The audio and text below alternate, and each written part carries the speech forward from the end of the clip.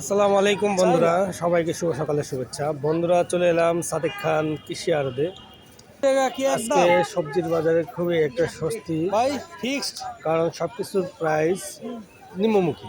যেমন শালগম, বেগুনিটা 20 টাকা, টমেটো 40 টাকা, কফি 30 টাকা পিস, কাঁচামরিচ মাত্র 60 টাকা, আলু সাদা এবং লাল দুইটাই 30 টাকা করে কেজি, এবং ছোট ছোট যে আলুগুলো আছে সেগুলো হচ্ছে 25 টাকা কেজি।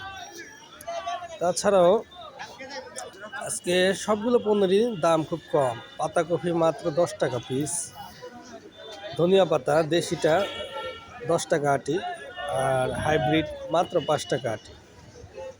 তো দেখতেই পাচ্ছেন মানুষের উপচে পড়া ভিড়, যেহেতু সবজির বাজারের দামের একটা স্বস্তি চলে আসছে, সবাই কিনতে খুবই স্বাচ্ছন্দ্য বোধ করছে।